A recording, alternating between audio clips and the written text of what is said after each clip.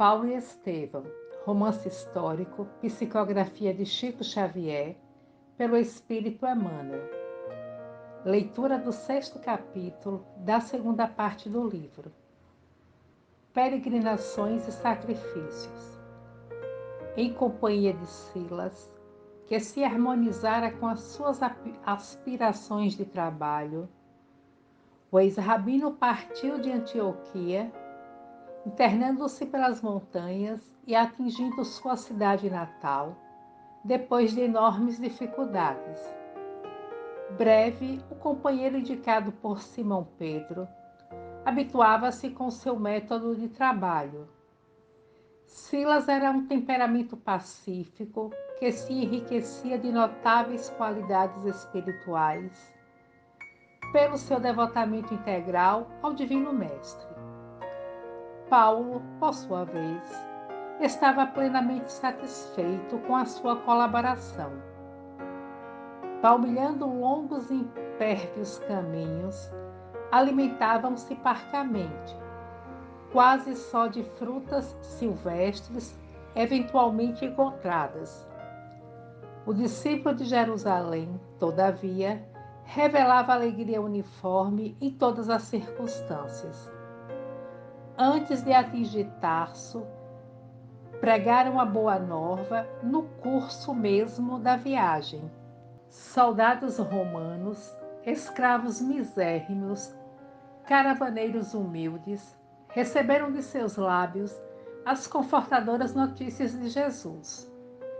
E não poucos escreveram à pressa uma que outra das anotações de Levi, preferindo as que mais se ajustavam ao seu caso particular. Por esse processo, o Evangelho difundia-se cada vez mais, enchendo de esperanças os corações. Na cidade do seu berço, mais senhor das convicções próprias, o tecelão que se consagrara a Jesus espalhou a mancheias os júbilos do Evangelho de redenção. Muitos admiraram o conterrâneo cada vez mais singularmente transformado. Outros prosseguiram na tarefa ingrata da ironia e do lamentável esquecimento de si mesmos. Paulo, no entanto, sentia-se forte na fé como nunca. Defrontou a velha casa em que nascera, reviu o sítio ameno onde brincara os primeiros tempos da infância. Contemplou o campo de esportes onde guiara sua biga romana, mas exumou as recordações sem lhe sofrer a influência depressiva, porque tudo entregava ao Cristo como patrimônio, em cuja posse poderia entrar mais tarde, quando houvesse cumprido o seu divino mandato. Depois de breve permanência na capital da Cilícia, Paulo e Silas procuraram alcançar os cumes do Tauro, empreendendo nova etapa da rude peregrinação em começo. Noites ao relento, sacrifícios numerosos, ameaças de malfeitores, perigos sem conta foram enfrentados pelos missionários que, todas as noites, entregavam ao Divino Mestre os resultados da recolta e, pela manhã, rogavam a sua misericórdia não lhes faltasse, com a valiosa oportunidade de trabalho, por mais dura que fosse a tarefa diária. Cheios dessa confiança ativa, chegaram a Derbe, onde o ex-rabino abraçou comovidamente os amigos que ali chegara a fazer, após a dolorosa convalescença, quando da primeira excursão. O Evangelho continuava a estender seu raio de ação em todos os setores. Profundamente sensibilizado, o convertido de Damasco, no desdobramento natural do serviço, começou a obter notícia da ação de Timóteo. O jovem filho de Eunice, pelo que lhe informavam, soubera enriquecer de maneira prodigiosa os conhecimentos adquiridos. A pequena cristandade de Derbe já lhe devia grandes benefícios. Por mais de uma vez, o novo discípulo ali acorrera em missões ativas. Disseminava curas e consolações. Seu nome era abençoado de todos. Cheio de júbilo, após o término de suas tarefas naquela cidade pequenina, o ex-rabino demandou Listra com ansiedade carinhosa. Lloyd o recebeu, bem como as suas, com a mesma satisfação da primeira vez. Todos queriam notícias de Barnabé, que Paulo não deixava de fornecer solícito e prazenteiro. Na tarde desse dia, convertido de Damasco, abraçou Timóteo com imensa alegria a transbordar-lhe da alma. O rapaz chegava da faina diária junto dos rebanhos. Em breves minutos, Paulo conhecia a extensão dos seus progressos e conquistas espirituais. A comunidade de Listra estava rica de graças. O moço cristão conseguira a renovação de muita gente. 2 judeus dos mais influentes na administração pública, destacados entre os que promoveram a lapidação do apóstolo, eram agora seguidores fiéis da doutrina do Cristo. Cuidava-se da construção de uma igreja onde os doentes fossem amparados e as crianças abandonadas encontrassem um ninho acolhedor. Paulo regozijou-se. Naquela mesma noite, houve em Listra grande assembleia. O apóstolo dos gentios encontrou uma atmosfera carinhosa que lhe prodigalizava um grande conforto. Expôs o objetivo de sua viagem, revelando suas preocupações pela difusão do Evangelho e acrescentando o assunto pertinente à Igreja de Jerusalém. Como em Derbe, todos os companheiros contribuíram com o possível. Paulo não cabia em si de contentamento, observando o triunfo tangível do esforço de Timóteo nas camadas populares. Aproveitando sua passagem por Listra, a bondosa Lloyd confidenciou-lhe suas necessidades particulares. Ela e Eunice tinham parentes na Grécia por parte do pai de seu neto, os quais lhes reclamavam a presença pessoal, a fim de que não lhes faltassem com socorros afetuosos.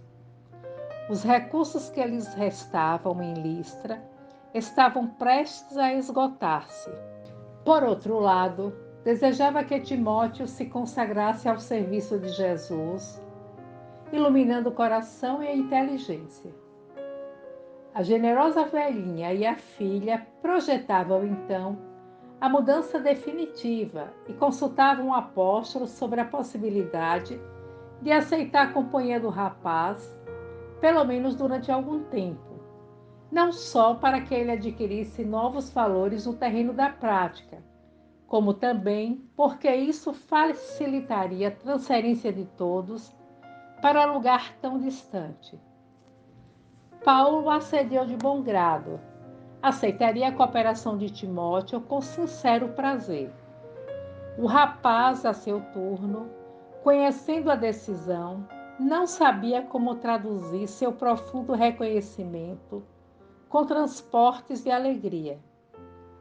Nas vésperas da partida, Silas entrou prudentemente no assunto e perguntou ao apóstolo se não era de bom alvitre operar a circuncisão do moço, a fim de que o judaísmo não perturbasse os labores apostólicos. Em socorro de sua arguição, invocava os obstáculos e lutas acerbas de Jerusalém. Paulo meditou bastante, recordou a necessidade de espalhar o evangelho sem escândalo para ninguém e concordou com a medida aventada. Timóteo teria de pregar publicamente. Conviveria com os gentios, mas maiormente com os israelitas, senhores das sinagogas e de outros centros, onde a religião era ministrada ao povo. Era justo refletir na providência para que o moço não fosse incomodado em sua companhia. O filho de Eunice obedeceu sem hesitação. Daí a dias, despedindo-se dos irmãos e das generosas mulheres que ficavam a chorar nos votos de paz em Deus, os missionários demandaram Icônio, cheios de coragem indômita e do firme propósito de servir a Jesus.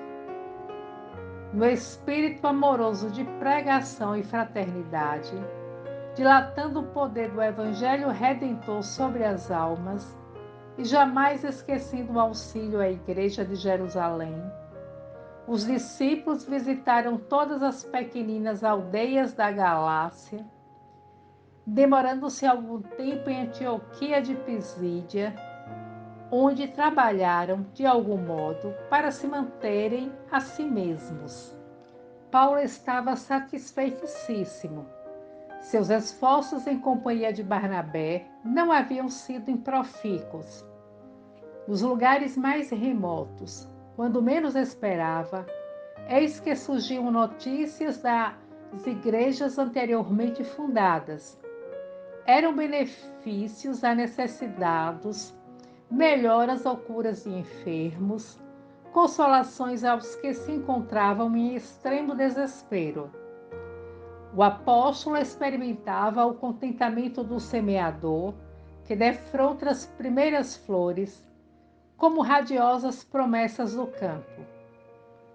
Os emissários da Boa Nova atravessaram a Frígia e a Galácia sem perseguições de grande envergadura.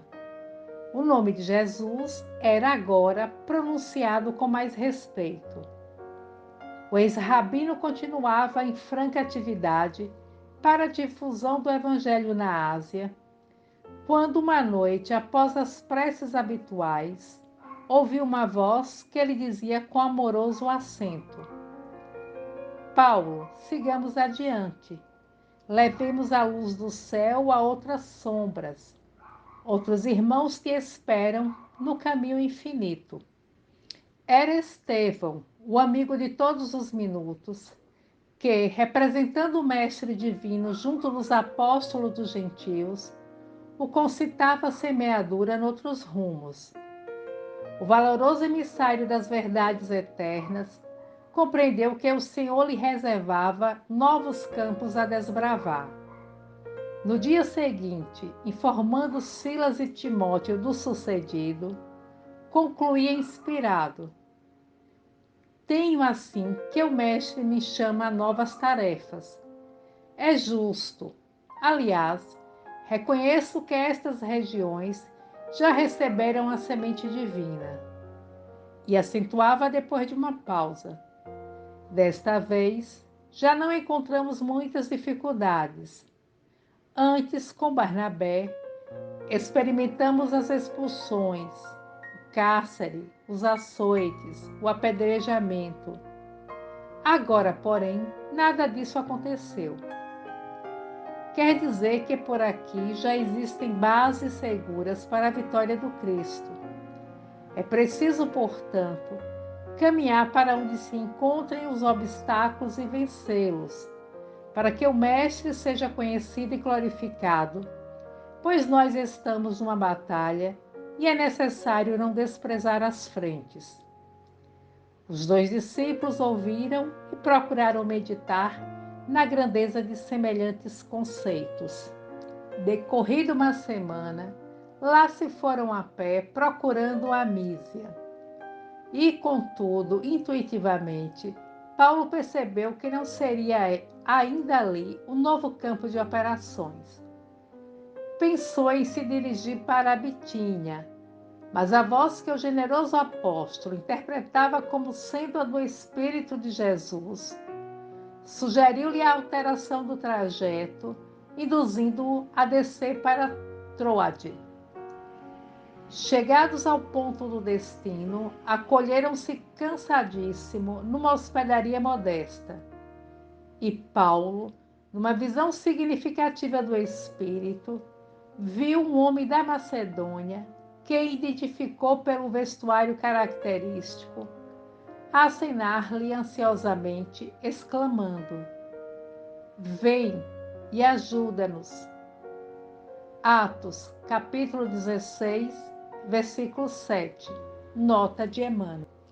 O ex-doutor interpretou o fato como ordenação de Jesus a respeito de seus novos encargos. Cientificou os companheiros logo pela manhã, não sem ponderar a extrema dificuldade da viagem por mar, baldo que estava de recursos. Entretanto, concluía: creio que o Mestre lá nos facultará o necessário. Silas e Timóteo calaram-se respeitosos. Saindo à rua cheia de sol pela manhã, eis que o apóstolo fixa o olhar numa casa de comércio e para lá se dirige com ansiosa alegria. Era Lucas que parecia fazer compras. O ex-rabino aproximou-se com os discípulos e bateu-lhe carinhosamente no ombro. Por aqui, disse Paulo com grande sorriso. Abraçaram-se alegremente. O pregador do Evangelho apresentou ao médico os novos companheiros, falando-lhe dos objetivos de sua excursão por aquelas paragens. Lucas, a seu turno, explicou que, havia 2 anos, era encarregado dos serviços médicos a bordo de grande embarcação ali ancorada, em trânsito para Samotrácia. Paulo recebeu a informação com profundo interesse. Muito impressionado com o encontro, deu-lhe a conhecer a revelação auditiva do roteiro, bem como a evidência da véspera. E convicto da assistência do mestre naquele instante, falava com segurança: estou certo de que o Senhor nos envia os recursos necessários na tua pessoa. Precisamos transportar-nos à Macedônia, mas estamos sem dinheiro. Quanto a isso, respondeu Lucas com franqueza, não te preocupes. Se não tenho fortuna, tenho vencimentos.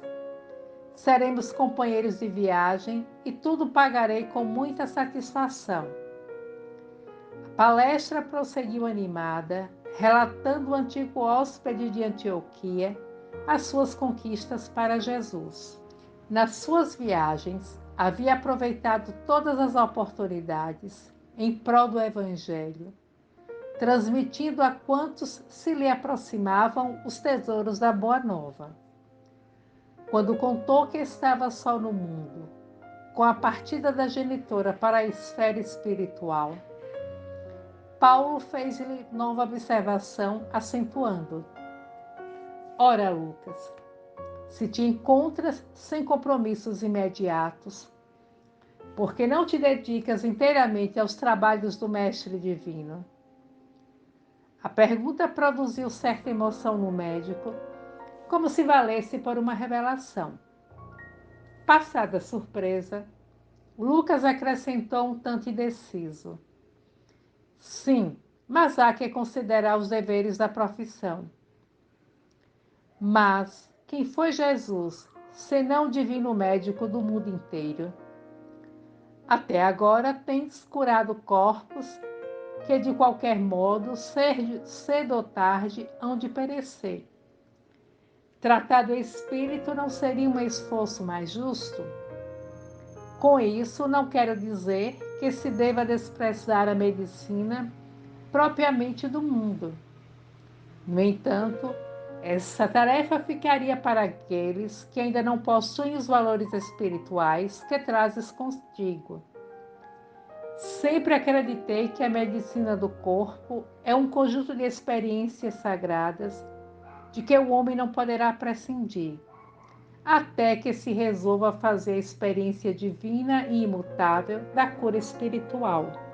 Lucas meditou seriamente nessas palavras e replicou: tens razão. Queres cooperar conosco na evangelização da Macedônia? Interrogou o ex-rabino, sentindo-se triunfante. Irei contigo, concluiu Lucas. Entre os 4 discípulos do Cristo houve enorme júbilo. No dia seguinte, a missão navegava para a Samotrácia. Lucas explicou-se como pôde, solicitando ao comando a permissão de se afastar por um ano dos serviços a seu cargo. E porque apresentasse substituto, conseguiu com facilidade o seu intento. A bordo, como fazia em toda parte, Paulo aproveitou todos os ensejos para a pregação. As menores margens eram grandes temas evangélicos no seu raciocínio superior. O próprio comandante, romano de boa têmpera, abandonava-se prazerosamente ao gosto de ouvi-lo. Foi nessas viagens que Paulo de Tarso travou revelações com um grande círculo de simpatizantes do Evangelho, conquistando numerosos amigos, citados nas futuras epístolas. Desembarcados, os missionários, enriquecidos com a cooperação de Lucas, descansaram 2 dias em Neápolis, dirigindo-se em seguida para Filipos. Quase às portas da cidade, Paulo sugeriu que Lucas e Timóteo se dirigissem por outros caminhos para Tessalônica, onde os 4 se reuniriam mais tarde. Com esse programa, nenhuma aldeia ficaria esquecida e as sementes do reino de Deus seriam espalhadas nos meios mais simples. A ideia foi aprovada com satisfação. Lucas não deixou de perguntar se Timóteo era circuncidado. Conhecia as críticas dos judeus e não desejava atritos nas suas tarefas iniciais. Esse problema, esclareceu o apóstolo dos gentios, já foi necessariamente atendido. As 2 humilhações infligidas a um jovem confrade que levei a Jerusalém, não a conselho da sinagoga, mas a uma reunião da igreja, levaram-me a refletir na situação de Timóteo, que precisará muitas vezes dos favores dos israelitas no curso das pregações. Até que Deus opere a circuncisão de tantos corações endurecidos, é indispensável saibamos agir com prudência, sem atritos que nos inutilizem os esforços. Esclarecido o assunto, entraram na cidade, onde o médico e o jovem de Listra descansariam um pouco antes de tomarem o rumo de Tessalônica por estradas diferentes, de modo a multiplicar os frutos da missão. Hospedaram-se no albergue quase miserável que a população da cidade reservava aos estrangeiros. Depois de 3 noites ao relento, os amigos de Jesus dirigiram-se à casa de oração que ficava à margem do rio Gangas. Filipos não possuía sinagoga e o santuário destinado às preces, embora tomasse o título de casa, não era mais que um recanto ameno da natureza, rodeado de muros em ruínas. Ciente da situação religiosa da cidade, Paulo dirigiu-se para lá com os companheiros.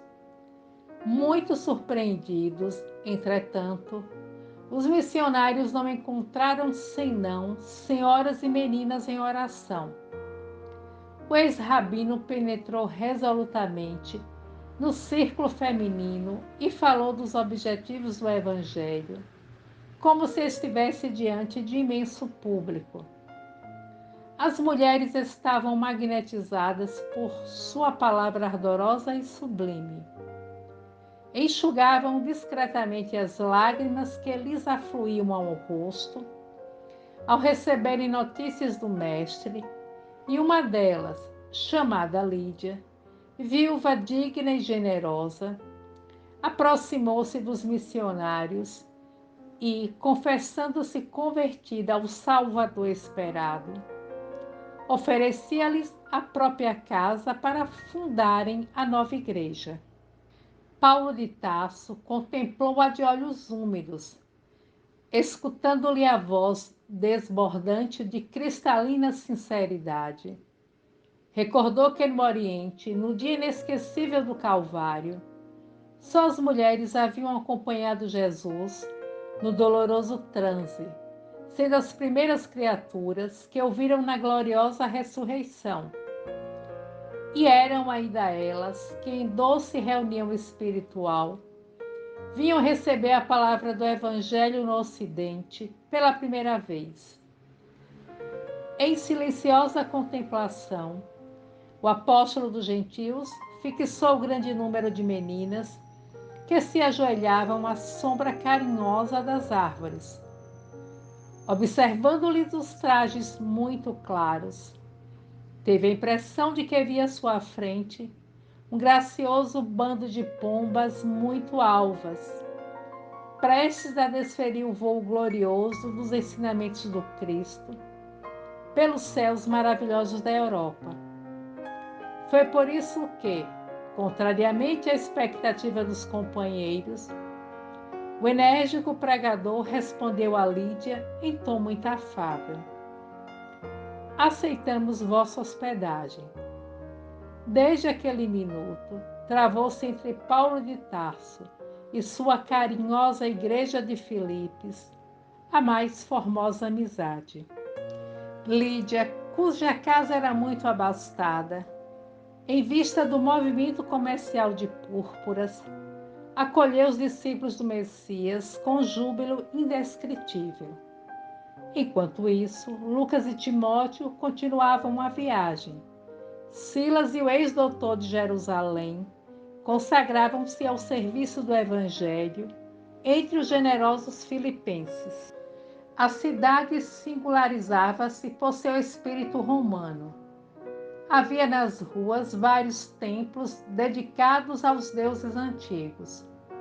E como apenas as mulheres procuravam o recinto da casa de orações, Paulo, com o desassombro que o caracterizava, deliberou fazer pregações do Evangelho na praça pública. Na mesma época, possuía Filipos uma pitonisa que se celebrizara nas redondezas. Como nas tradições de Delfos, suas palavras eram interpretadas como oráculo infalível. Tratava-se de uma rapariga cujos patrões procuraram mercantilizar seus poderes psíquicos. A mediunidade era utilizada por espíritos menos evoluídos, que se compraziam em dar palpites sobre motivos de ordem atemporal.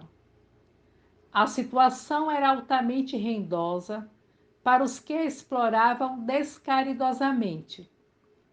Aconteceu que a jovem estava presente à primeira pregação de Paulo, recebida pelo povo com êxito inexcedível. Terminada a exposição evangélica, os missionários observam a moça que, em grandes brados, que impressionavam o público, se põe a exclamar: recebei os enviados do Deus Altíssimo. Eles anunciam a salvação. Paulo e Silas ficaram um tanto perplexos. Entretanto, nada replicaram, conservando o incidente no coração em atitude discreta. No dia seguinte, porém, repetia-se o fato, e durante uma semana, os discípulos do Evangelho ouviram, após as pregações, a entidade que se assenhoreava da jovem, atirando-lhe elogios e títulos pomposos. O ex-rabino, no entanto, desde a primeira manifestação, procurara saber quem era a rapariga anônima e ficou conhecendo os antecedentes do caso. Estimulados pelo ganho fácil, os patrões haviam instalado um gabinete onde a pitonisa atendia as consultas. Ela, por sua vez, de vítima, ia passando a sócia da empresa. Que pingues eram os rendimentos. Paulo, que nunca se conformou com a mercância dos bens celestes, percebeu o mecanismo oculto dos acontecimentos e, senhor de todos os particulares do assunto, esperou que o visitante do invisível novamente aparecesse. Assim, terminada a pregação na praça, quando a jovem começou a gritar: "Recebei os mensageiros da redenção. Não são homens, são anjos do Altíssimo." Convertido de Damasco, desceu da tribuna a passos firmes e, aproximando-se da locutora, dominada por estranha influência, intimou a entidade manifestante em tom imperativo: "Espírito perverso, não somos anjos, somos trabalhadores em luta com as próprias fraquezas por amor ao Evangelho. Em nome de Jesus Cristo, ordeno que te retires para sempre. Proíbo-te, em nome do Senhor, estabeleceres confusão entre as criaturas, incentivando interesses mesquinhos do mundo em detrimento dos sagrados interesses de Deus." Imediatamente, a pobre rapariga recobrou energias e libertou-se da atuação malfazeja. O fato provocou enorme admiração popular. O próprio Silas, que de algum modo se comprazia em ouvir as afirmações da pitonisa, interpretando-as como um conforto espiritual, estava boquiaberto. Quando se viram a sós, quis lhe dissesse Paulo os motivos que o levaram a semelhante atitude, e perguntou-lhe: acaso não falava ela do nome de Deus? Sua propaganda não seria para nós valioso auxílio? O apóstolo sorriu e sentenciou: porventura, Silas, poder-se-á na terra julgar qualquer trabalho antes de concluído? Aquele espírito poderia falar em Deus, mas não vinha de Deus. Que fizemos para receber elogios? Dia e noite estamos lutando contra as imperfeições de nossa alma. Jesus mandou que insulássemos a fim de aprendermos duramente. Não ignoras como vive em batalha com o espinho dos desejos inferiores. Então, seria justo aceitarmos títulos imerecidos quando o mestre rejeitou o qualificativo de bom? Claro que, se aquele espírito viesse de Jesus, outras seriam suas palavras. Estimularia nosso esforço, compreendendo nossas fraquezas. Além do mais, procurei informar-me a respeito da jovem e sei que ela é hoje a chave de grande movimento comercial. Silas impressionou-se com os esclarecimentos mais que justos, mas, dando a entender suas dificuldades para os compreender integralmente, acrescentou: todavia, será um incidente uma lição para não entretermos relações com o plano invisível? Como pudeste chegar a semelhante conclusão? Respondeu o ex-rabino muito admirado. O cristianismo sem o profetismo seria um corpo sem alma. Se fecharmos a porta da comunicação com a esfera do Mestre, como recebeu seus ensinamentos? Os sacerdotes são homens, os templos são de pedra. Que seria de nossa tarefa sem as luzes do plano superior? Do solo brota muito alimento, mas apenas para o corpo. Para a nutrição do espírito, é necessário abrir as possibilidades de nossa alma para o alto e contar com o amparo divino. Nesse particular, toda a nossa atividade repousa nas dádivas recebidas. Já pensaste no Cristo sem ressurreição e sem intercâmbio com os discípulos? Ninguém poderá fechar as portas que nos comunicam com o céu. O Cristo está vivo e nunca morrerá. Conviveu com os amigos depois do Calvário em Jerusalém e na Galileia. Trouxe uma chuva de luz e sabedoria aos cooperadores galileus no Pentecostes. Chamou-me às portas de Damasco. Mandou um emissário para a libertação de Pedro, quando o generoso pescador chorava no cárcere. A voz de Paulo tinha acentos maravilhosos nessas profundas evocações. Silas compreendeu e calou-se, de olhos rasos de pranto. O incidente, entretanto, teria mais vastas repercussões, além daquelas que os apóstolos do Mestre poderiam esperar. A pitonisa não mais recebeu a visita da entidade que distribuía palpites de toda sorte.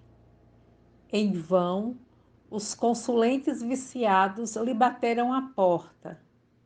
Vendo-se privados da renda fácil, os prejudicados fomentaram um largo movimento de revolta contra os missionários. Espalhava-se o boato de que Filipes, em virtude da audácia do pregador revolucionário, fora privada da assistência dos Espíritos de Deus. Os fanáticos exaltaram-se. Daí a 3 dias, Paulo e Silas foram surpreendidos em plena praça, com um ataque do povo, e foram presos a troncos pesadíssimos e flagelados sem compaixão. Sob os apupos da massa ignorante, submeteram-se com humildade ao suplício. Quando sangravam sob as varas impiedosas, houve a intervenção das autoridades e foram então conduzidos ao cárcere, abatidos e cambaleantes. Dentro da noite escura e dolorosa, incapacitados de dormir pelas dores crudelíssimas, os discípulos de Jesus vigiaram em preces ungidas de luminoso fervor. Lá fora, rugia a tempestade em trovões terríveis e ventos sibilantes. Filipes inteira parecia abalada em seus alicerces pela tormenta fragorosa. Passava da meia-noite e os 2 apóstolos oravam em voz alta. Os prisioneiros vizinhos, vendo-os em oração, pareciam acompanhá-los pela expressão do rosto.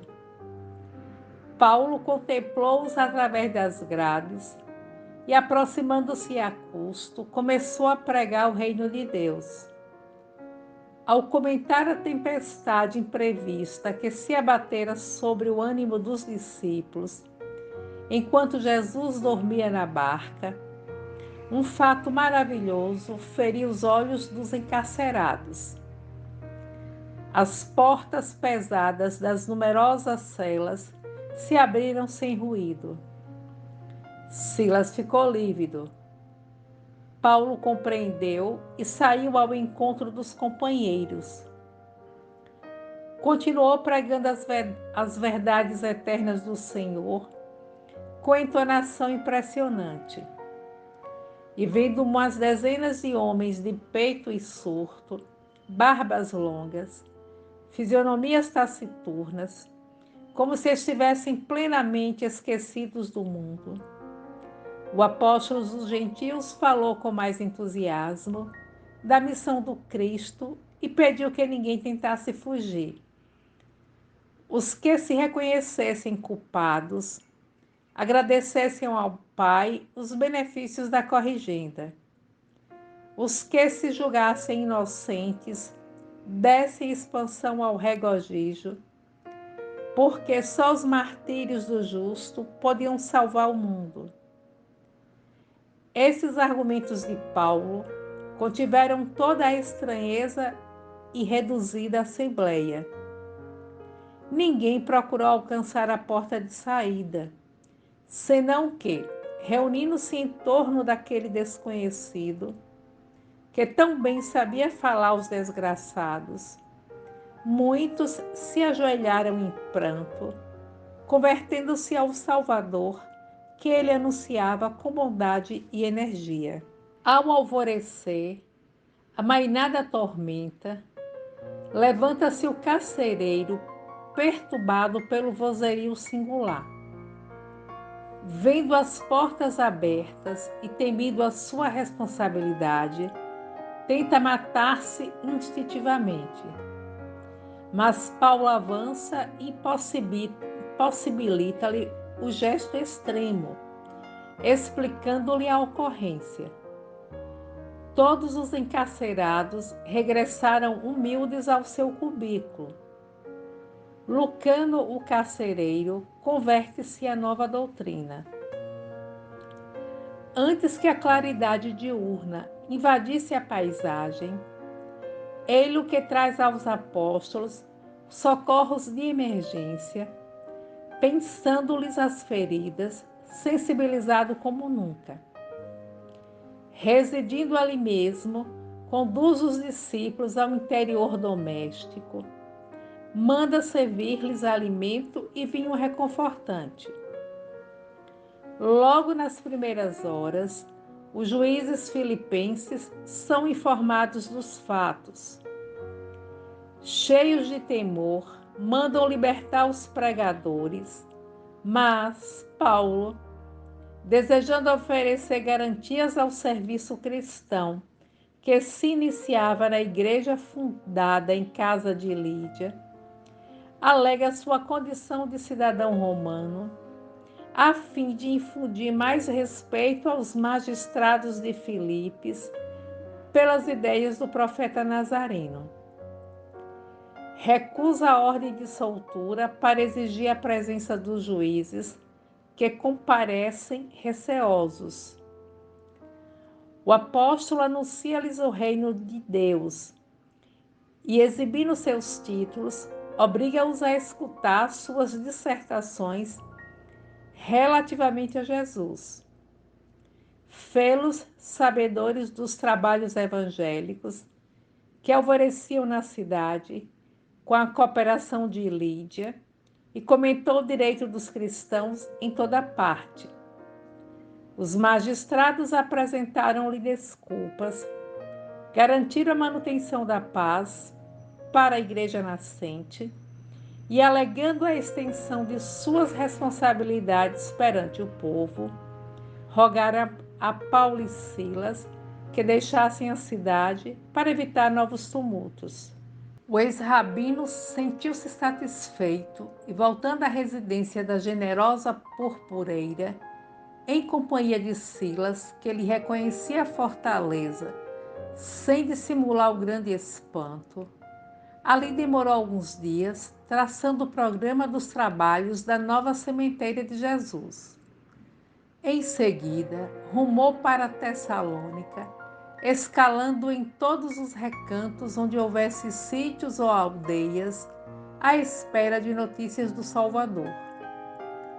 Nesse novo centro de lutas, reencontraram Lucas e Timóteo, que os aguardavam ansiosos.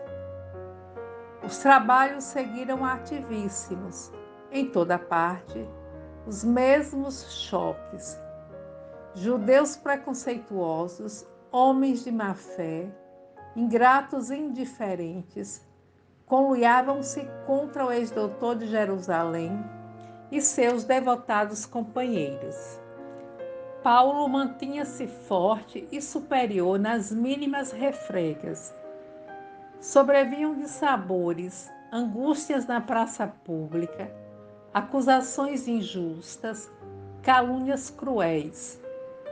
Poderosas ameaças caíam às vezes, inesperadamente, sobre o desinteresse divino de suas obras, mas o valoroso discípulo do Senhor prosseguia sempre, sereno e firme, através das tormentas, vivendo estritamente do seu trabalho e compelindo os amigos a fazerem o mesmo. Era indispensável que Jesus triunfasse nos corações. Esse o seu programa primordial. Desatendia a qualquer capricho, sobrepunha essa realidade a quaisquer conveniências. e a missão continuava entre dores e obstáculos formidantes, mas segura e vitoriosa em sua divina finalidade. Depois de incontáveis atritos com os judeus em Tessalônica, o ex-rabino resolveu transferir-se para Bereia. Novos labores, novas dedicações e novos martírios. Os trabalhos missionários, iniciados sempre em paz, continuavam debaixo de lutas extremas. Os judeus rigorosos de Tessalônica não faltaram em Bereia. A cidade movimentou-se contra os discípulos do Evangelho. Os ânimos exaltaram-se. Lucas, Timóteo e Silas foram obrigados a afastar-se, perambulando pelas aldeias circunvizinhas. Paulo foi preso e açoitado. À custa de grandes sacrifícios dos simpatizantes de Jesus, deram-lhe liberdade, com a condição de retirar-se dentro do menor prazo possível. O ex-rabino acedeu prontamente. Sabia que atrás de si e através de esforços insanos, sempre ficaria uma igreja doméstica que se alargaria ao infinito, bafejada pela misericórdia do Mestre, a fim de proclamar a excelência da Boa Nova. Era a noite, quando os irmãos de Ideal conseguiram trazê-lo do cárcere para a via pública. O apóstolo dos gentios procurou informar-se sobre os companheiros e soube das vicissitudes que os assoberbavam. Lembrou que Silas e Lucas estavam doentes, que Timóteo necessitava encontrar-se com a sua mãe no porto de Corinto. Era melhor proporcionar aos amigos uma trégua no vórtice das atividades renovadoras. Não seria justo requisitar-lhes a cooperação quando ele próprio experimentava a necessidade de repouso. Os irmãos de Bereia insistiam pela sua partida. Era uma temeridade provocar novos atritos. Foi aí que Paulo deliberou pôr em prática um velho plano. Visitaria Atenas, satisfazendo um velho ideal. Muitas vezes, impressionado com a cultura helênica recebida em Taço, alimentara o desejo de conhecer-lhe os monumentos gloriosos, os templos soberbos, o espírito sábio e livre. Quando ainda muito jovem, cogitara dessa visita à cidade magnificente dos velhos deuses, disposto a levar-lhe os tesouros da fé, guardados em Jerusalém. Procuraria as assembleias cultas e independentes e falaria de Moisés e da sua lei. Pensando agora na realização de tal projeto, considerava que levaria luzes muito mais ricas ao espírito ateniense. Anunciaria à cidade formosa o Evangelho de Jesus. Certo, quando falasse na praça pública, não encontraria os tumultos, tão do gosto israelita. Antegozava o prazer de falar à multidão, afeiçoada ao trato das coisas espirituais.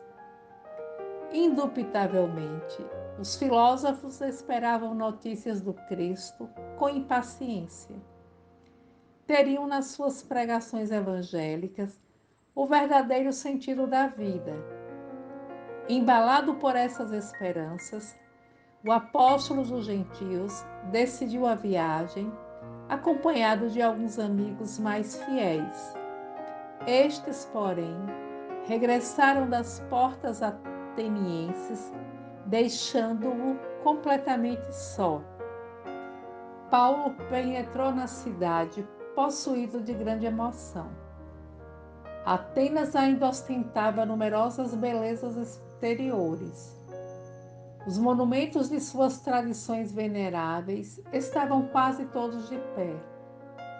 Brandas harmonias vibravam no céu muito azul. Vales risonhos atapetavam-se de flores e perfumes. A grande alma do apóstolo extasiou-se na contemplação da natureza. Recordou os nobres filósofos que haviam respirado aqueles mesmos ares.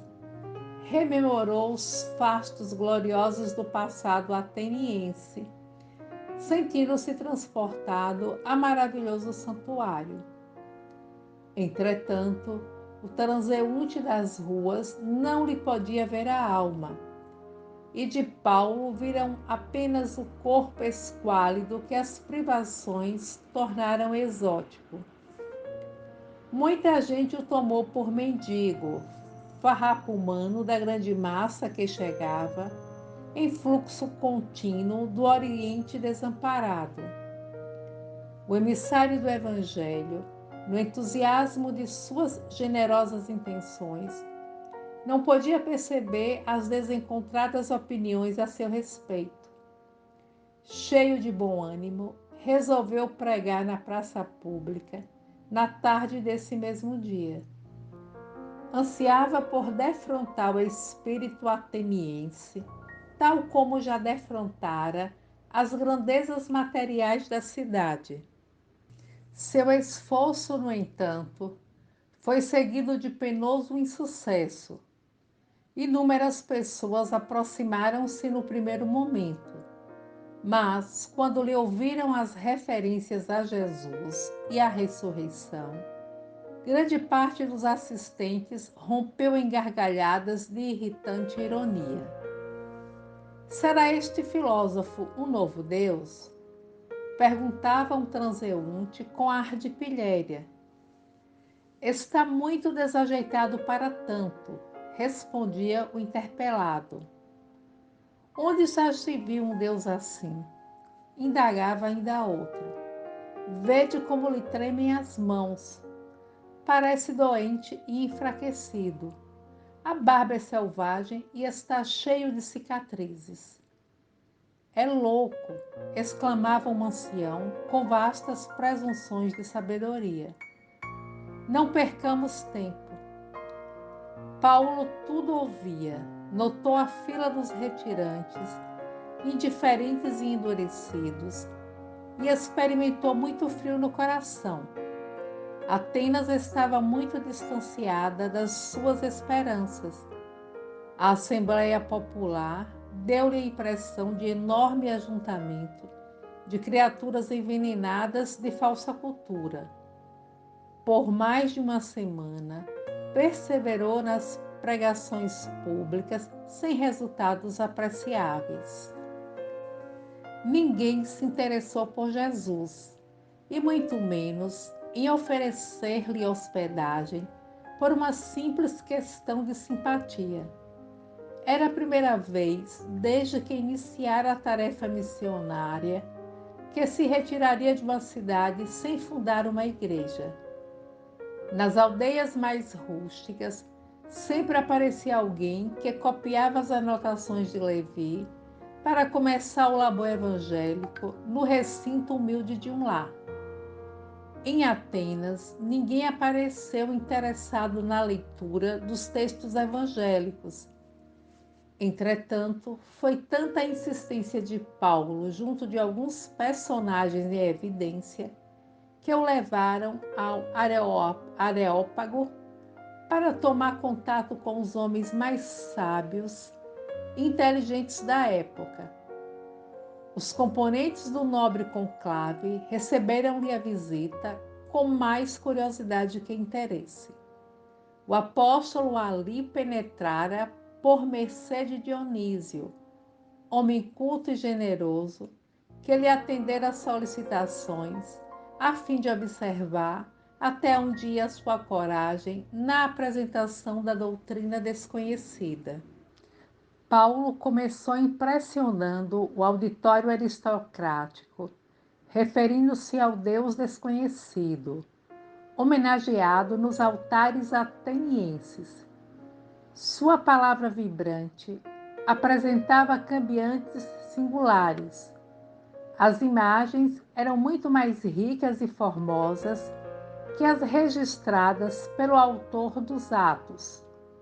O próprio Dionísio estava admirado. O apóstolo revelava-se-lhe muito diferente de quando vira na praça pública. Falava com alta nobreza, com ênfase. As imagens revestiam-se de extraordinário colorido.